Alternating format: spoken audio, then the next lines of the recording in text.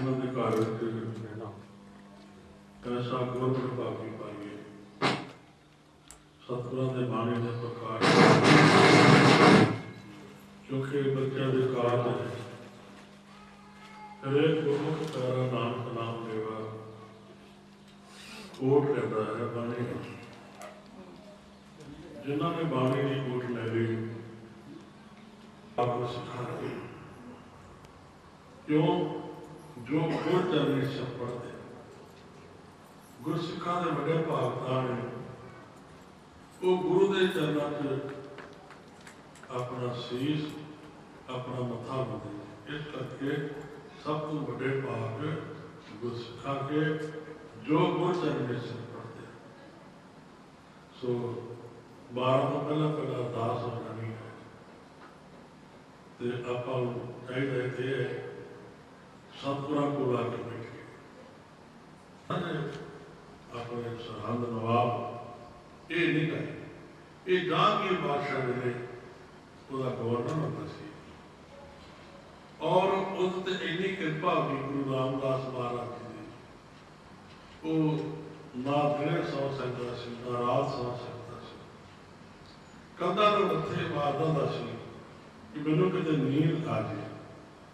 ਉਹਨੂੰ ਭਿਆਨਕ ਰੋਗ ਲੱਗਿਆ। ਉਹ ਗੁਰਮੁਖ ਪਰਿਵਾਰ ਸੀ। ਕਹਿਣ ਲੱਗੇ ਸੁੱਖ ਹੋਵੇ ਕਿਉਂਕਿ ਜਹਾਂਗੀਰ ਦਾ ਗਵਰਨਰ ਜੋ ਹੈ ਇੱਕ ਉਹ ਸੀ ਜਿਹਨੇ ਸਤਿਗੁਰਾਂ ਨੂੰ ਅਤੇ ਦਰਬਾਰ ਤੇ ਬਿਠਾਇਆ ਸੀ। ਕਹਿੰਦਾ ਵੀ ਦੱਸੋ ਤੁਸੀਂ ਪੜ੍ਹਦੇ ਕੀ ਸੋ ਰਾਤ? ਕਹਿੰਦੇ ਸੀ ਸਤਿਗੁਰ ਦੀ ਬਾਣੀ ਪੜ੍ਹਦੇ ਸੀ। ਉਹ ਕਹਿੰਦਾ ਮੇਰਾ ਜੀ ਕਰਦਾ ਕਿ ਇੱਕ ਵਾਰ ਫੇਰ ਮੈਨੂੰ ਬਾਣੀ ਸੁਣਾਓ, ਮੈਂ ਲੱਗ ਕੇ ਸੌਣਾ। ਕਹਿੰਦੇ ਬਾਣੀ ਦਾ ਤੂੰ ਜਿੰਨੀ ਕਹੇ ਸੁਣਾ ਦਿੰਦੇ ਆ। ਉਹ ਜਿਹੜੀ ਬਾਣੀ ਅਸੀਂ ਪੜ੍ਹਦੇ ਨੇ ਤੈਨੂੰ ਉਹਦੇ ਕੋਲ ਲੈ ਚਲੀਏ ਫੇਰ ਕੀ ਦੱਸੇ? ਫੇਰ ਕਹਿੰਦਾ ਫਿਰ ਤਾਂ ਸਭ ਤੋਂ ਵੱਡੇ ਭਾਗ ਗੁਰਸਿੱਖਾਂ ਦੇ। ਉਧਰੋਂ ਅਚਾਨਕ ਹੀ ਸਰੋਵਰ ਦੀ ਸੇਵਾ ਚੱਲਦੀ ਸੀ ਤੇ ਸਰੋਵਰ ਦੀ ਸੇਵਾ ਦਾ ਮੋਢੀ ਬਣਾਇਆ ਸੀ ਧੰਨ ਬਾਬਾ ਬੁੱਢਾ ਸਾਹਿਬ। 4 ਬੰਨੇ ਨੇ ਸਰੋਵਰ ਦੇ। ਇੱਕ ਪਾਸੇ ਦੀ ਸੇਵਾ ਬਾਬਾ ਬੁੱਢਾ ਸਾਹਿਬ ਨੇ ਦਿੱਤੀ ਸੀ ਤੇ ਦੂਸਰੇ ਪਾਸੇ ਦੀ ਸੇਵਾ ਭਾਈ ਸਹਿਲੋ ਨੇ ਦਿੱਤੀ ਸੀ। ਇੱਕ ਪਾਸੇ ਦੀ ਸੇਵਾ ਭਾਈ ਬੰਨੂ ਨੇ ਦਿੱਤੀ ਸੀ। ਸਾਧ ਸੰਗਤ ਜੀਓ ਵਿਧੀ ਤਾਂ ਇਹ 4 ਕੋਨੇ ਨੇ ਚੌਂ ਦੀ ਸੇਵਾ ਵੰਡ ਕੇ ਦਿੱਤੀ ਸੀ ਮਹਾਰਾਜ। ਗੁਰੂ ਸਾਹਿਬ ਜੀ ਕਹਿੰਦੇ ਇਹ ਦੁੱਖ ਅਸੀਂ ਨਹੀਂ ਦੂਰ ਕਰ ਸਕਦੇ। ਔਰ ਇੱਕ ਬਜ਼ੁਰਗ ਨੇ ਸਰੋਵਰ ਦੀ ਸੇਵਾ ਕਰਾ ਰਿਹਾ ਅੰਮ੍ਰਿਤਸਰ ਸਾਹਿਬ। ਉਹਨਾਂ ਕੋਲ ਧੰਨ ਬਾਬਾ ਬੁੱਢਾ ਸਾਹਿਬ ਜੀ ਕਹਿ ਲਗੇ ਭਰਿਓ ਕਰਮ ਕਾਰ ਸਮਰੱਥ ਗੁਰੂ ਬੈਠਾ ਹੋਵੇ ਤੇ ਮੈਂ ਉਹਨਾਂ ਦੇ ਅੱਗੇ ਕੋਈ ਅਰਦਾਸ ਕਰ ਸਕਦਾ? ਕਹਿੰਦੇ ਨੇ ਤੁਹਾਨੂੰ ਬਹਾਨਾ ਲਾਤਾ ਉਹਨਾਂ ਨੇ। ਉਹ ਵਜੀਰ ਖਾਨ ਫਿਰ ਗੁਰੂ ਅਰਜਨ ਸਾਹਿਬ ਦੇ ਚਰਨਾਂ 'ਚ ਦੇਖਿਆ ਤੇ ਸਾਧ ਸੰਗਤ ਜੀ ਧੰਨ ਗੁਰੂ ਅਰਜਨ ਦੇਵ ਜੀ ਕਹਿੰਦੇ ਵਜੀਰ ਖਾਨ ਤੈਨੂੰ ਆਪਾਂ ਮਿੱਟੀ ਕਹਿੰਦੇ ਕਾਰ ਸੇਵਾ ਨੂੰ ਕਹਿੰਦੇ ਉਹਨਾਂ ਦੇ ਟੋਕਰੇ 'ਚ ਕਾਰ ਸੇਵਾ ਹੋਈ ਸਰੋਵਰ ਦੀ ਸੇਵਾ ਹੋਈ ਸੀ। ਤੇ ਤੁਸੀਂ ਐਂ ਕਰਿਓ ਉਦੋਂ ਜਾਇਓ ਜਦੋਂ ਉਹਨਾਂ ਦੇ ਸਿਰ ਤੇ ਟੋਕਰੀ ਹੋਏਗੀ ਥੱਲੇ ਨੂੰ ਤਾਂ ਜਾਣਗੇ ਤੇ ਉਹਨਾਂ ਨੂੰ ਸਾਹ ਚੜਿਆ ਹੋਊ। ਜਦੋਂ ਆਪਾਂ ਉੱਪਰ ਚੜ੍ਹਦੇ ਸਾਹ ਚੜ੍ਹਦਾ ਜਾਣਾ ਉਹਨਾਂ ਨੇ ਜਾ ਕੇ ਬਾਬਾ ਬੁੱਢਾ ਸਾਹਿਬ ਦੇ ਚਰਨ ਪਕੜੇ।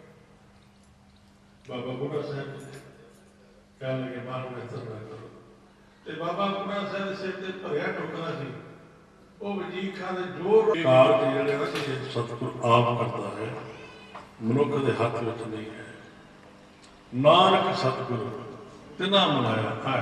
ਤਕਦੀਰ ਜਿਹੜੀ ਹੈ ਨਾ ਇੱਕ ਕਰ ਇਹ ਜਿਹੜੀ ਤਕਦੀਰ ਹੈ ਨਾ ਜੀ ਇਹ ਬੜੀ ਬਲਵਾਨ ਹੁੰਦੀ ਹੈ।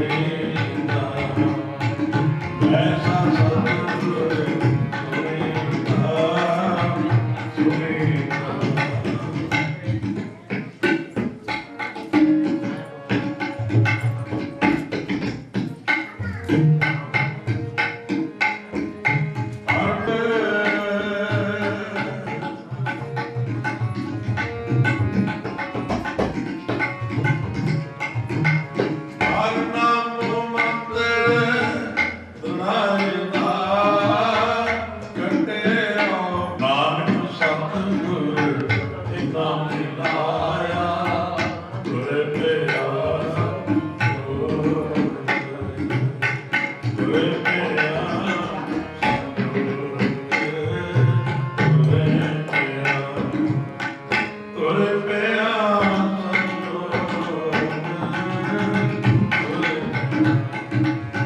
ਤੁਰੇ ਪਿਆ ਤੁਰ ਤੋਂ ਸੰਯੋਗ ਲਿਖੇ ਹੋਏ ਨੇ ਤੇ ਸਤਿਗੁਰੂ ਆਪ ਕਿਰਪਾ ਕਰ ਦਿੰਦੇ ਨੇ ਮਹਾਰਾਜ ਬੁੱਧੀ ਬਖਸ਼ਣ ਕਿ ਗੁਰੂ ਰਾਮਦਾਸ ਮਹਾਰਾਜ ਜੀ ਨਾਲ ਕੀ ਵਾਪਰਿਆ।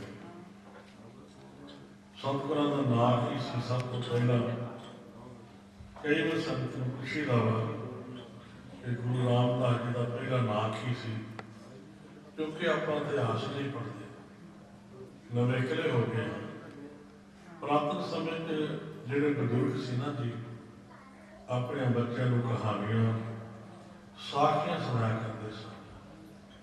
ਬੱਚੇ ਮਾਤਾ ਪਿਤਾ ਦੀ ਸੇਵਾ ਕਰਦੇ ਸਨ, ਉਹ ਸੇਵਾ ਦਾ ਫਲ ਵੀ ਮਿਲਦਾ ਸੀ।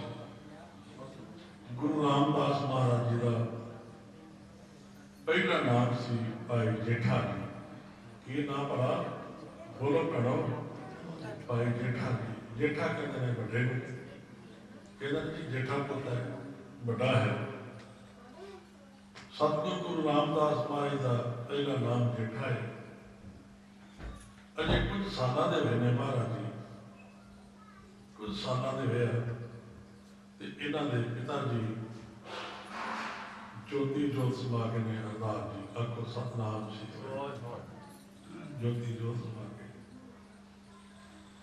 ਤੇ ਮਾਵਾਂ ਨੂੰ ਪੁੱਤ ਬੜੇ ਪਿਆਰੇ ਹੁੰਦੇ ਨੇ।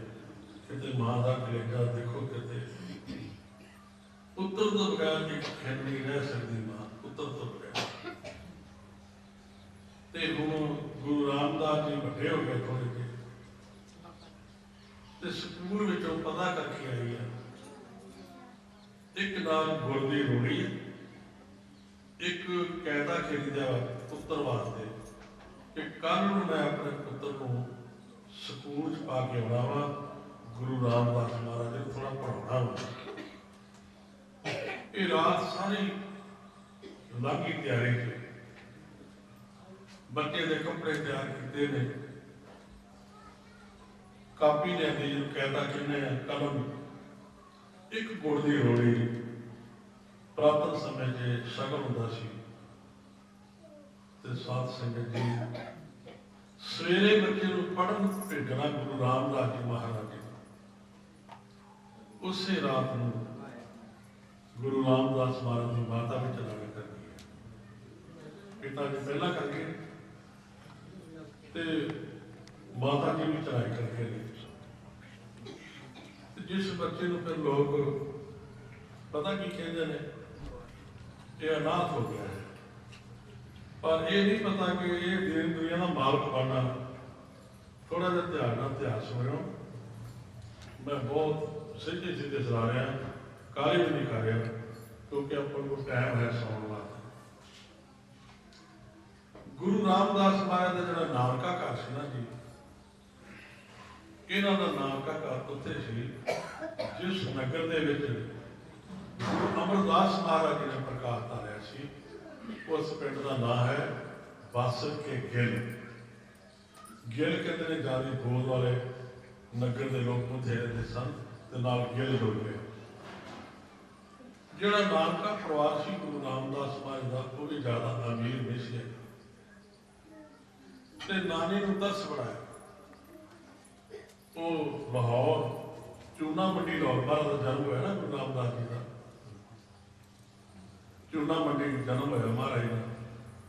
ਤੇ ਨਾਨੀ ਨੇ ਸਾਰੀ ਪਰਵਰਿਸ਼ ਕਰਕੇ ਜੋ ਵਿਹਾਰ ਹੁੰਦਾ ਸੀ, ਜੋ ਪਾਠ ਕਰਵਾ ਕੇ ਤੇ ਉੱਥੇ ਰਹੀ ਨਾਨੀ ਬਹੁਤ ਚਿਰ। ਹੁਣ ਸੋਚਦੇ ਮੈਂ ਇਸ ਬੱਚੇ ਬਾਰੇ ਕੀ ਕਰਾਂ। ਬੜੀ ਪਿਆਰੀ ਮਿੱਠੀ ਸਾਖੀ ਹੈ, ਜਿੰਨਾ ਤੁਸੀਂ ਪ੍ਰੇਮ ਨਾਲ ਸੁਣੋਗੇ ਤਾਂ ਉਹਨਾਂ ਹੀ ਲੱਗਦਾ। ਨਾਨੀ ਨੇ ਕੀ ਕੀਤਾ ਕਿ ਆਪਣੀ ਉਂਗਲ ਨਾਲ ਗੁਰੂ ਰਾਮਦਾਸ ਜੀ ਦੀ ਉਂਗਲ ਪਕੜ ਕੇ ਨਾ ਤੇ ਆਪਣੇ ਘਰ ਲੈ ਆਈ ਬਾਸਰ ਕੇ ਗਿੱਲ। ਬਾਸਰ ਕੇ ਗਿੱਲ ਇੱਥੋਂ ਸਾਰਾ ਇਤਿਹਾਸ ਆਰੰਭ ਹੋ ਜਾਣਾ ਹੈ। ਤੇ ਹੁਣ ਬੱਚਾ ਨਾ ਗੁਰੂ ਰਾਮਦਾਸ ਮਹਾਰਾਜ ਛੋਟੀ ਉਮਰ ਹੈ ਤੇ ਅੱਜ ਬੱਚਾ ਜਿੱਦ ਕਰਨ ਲੱਗ ਪਿਆ, ਆਪਾਂ ਗੁਰੂ ਰਾਮਦਾਸ ਦੇ ਸ਼ਬਦ ਵਰਤਾਂਗੇ ਇੱਥੇ। गुरु रामदास जी जिद करते हैं की कहते हैं, कहते नानी मेरा जी करता मैं इन्होंने बच्चों खेडन जावां, मेरा जी करता मैं इन्होंने बच्चों से खेडन जावां तो मैनू कुछ समय खेडन वास्ते दे दे। नानी ने क्योंकि तो साया नहीं सिर ते फिक्र सी मैं बच्चे की परवरिश करनी है, दोधा जो है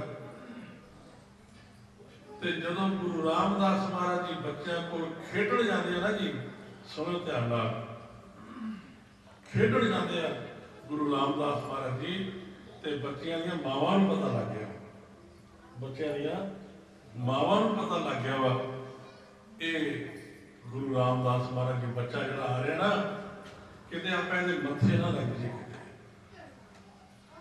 उन्होंने बच्चों दी मावां ने अपने बच्चों को अंदर वार लिया तो कुंडा ला लिया। धन गुरु रामदास महाराज सच्चे पातशाह जी बाहर गलियां च आवाज़ा मारते हैं कि मेरा को खेडो। मैं अपनी नानी को पूछ के आया है, सात सिंह जी बच्चे दी मावां ने, बच्चे दी मावां ने नहीं कुंडा खोलिया तो बच्चा उदास होकर अपनी नानी को चल गया है। अपनी नानी को तोत की आवाज सी ते गुरु रामदास की नानी पूछती है कि खेड़ आया तू खेड़ आया, कह लगी खेड़ के नहीं मैं आया, की गल हुई? कह लगा जो मैं खेडन जा रहा सी ना जी तो बच्चों दी मावां नूं पता लग गया हो, उन्होंने अपने बच्चों को बाहों तो फड़ के ना अंदर लै गए ने ते अंदरों ना कुंडे ला लिया ते मैनू खेडन नहीं दिता बच्चों को। अच्छा इन्हें माड़े कर्म किए? कहते हाँ मां नानी इतने बनी है, बच्चे दे अखां च विराग भी है ते नानी दे भी विराग आया होगा। चंगा फिर दो त्याग अज तेरे ते कृपा हो गई, देखी तू अज कारज कर लगी मैं कुछ छोले लेंदे, छोले काले छोले तू कहने आप उन्होंने भ्यों के ओदियां छापे वा तैयार किया करो ते टोकरी च पा के ना छोले नानी कहती है ओ नगर वा उस नगरी च जाई आवाजा मारी बड़ी प्यार आवाज नाल घुगणियां ले लो, कोई घुगणियां ले लो। साध संगत जी जो छापे च घुगणियां पाइया ना जी तो किधर को गया भला? गोविंदवाल साहब चल रहा, गोविंदवाल साहब जो गोविंदवाल साहब चल रहे हैं जी तो गोविंदवाल की हद आ गई, जिमें आप लिखते हैं ना फतेहगढ़ साहब की हद आ गई है तो इवें उत्थे लिखा होंदा गोविंदवाल साहब की हद आ गई। गुरु अमरदास महाराज जी तीजे पातशाह जी का गुर संगतां नूं बोल रहे सन महाराज जी, सारी संगत नूं छड्ड के गुरु अमरदास जी ना महाराज जी बाहर वालों आ गए है जिथे लिखा है गोविंदवाल साहब की हद हो। तुरे जाते ने महाराज जी, तुरे जाते ने पिछे पिछे गुरु की संगत। एक घर से गुरु अमरदास जी का महापुरखों का घर से जिन्होंने भाई बल्लू जी कहते सन, वो पिछे नूं रुक रहे वो की देखते उस वेले का नज़ारा, कहते बच्चे के सिर से टोकरी है घुगणियां की, घुगणियां की टोकरी है। गुरु अमरदास महाराज जी वो छोटा जा बच्चा वा ते गुरु अमरदास जी ने 3 बार वो चरणों से सी झुकाया जाता। कमाल हो गई। धन गुरु अमरदास महाराज जी ने सतगुरां ने 3 बार सी झुकाया।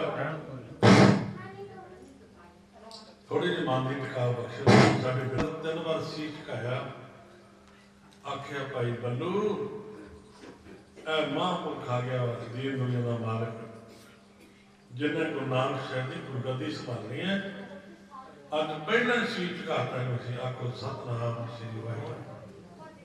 ਲਓ ਜੀ, ਆਰੰਭ ਹੋ ਗਿਆ ਕਾਰਜ। ਗੁਰੂ ਰਾਮਦਾਸ ਮਹਾਰਾਜ ਜੀ ਗੋਇੰਦਵਾਲ ਸਾਹਿਬ ਘੁੰਮਣੀਆਂ ਵੇਚਣੀਆਂ ਸ਼ੁਰੂ ਕਰ ਦਿੱਤੀਆਂ। ਘੁੰਮਣੀਆਂ ਵਿਕਦੀਆਂ ਨਹੀਂ ਗਈਆਂ ਸਾਰੀਆਂ।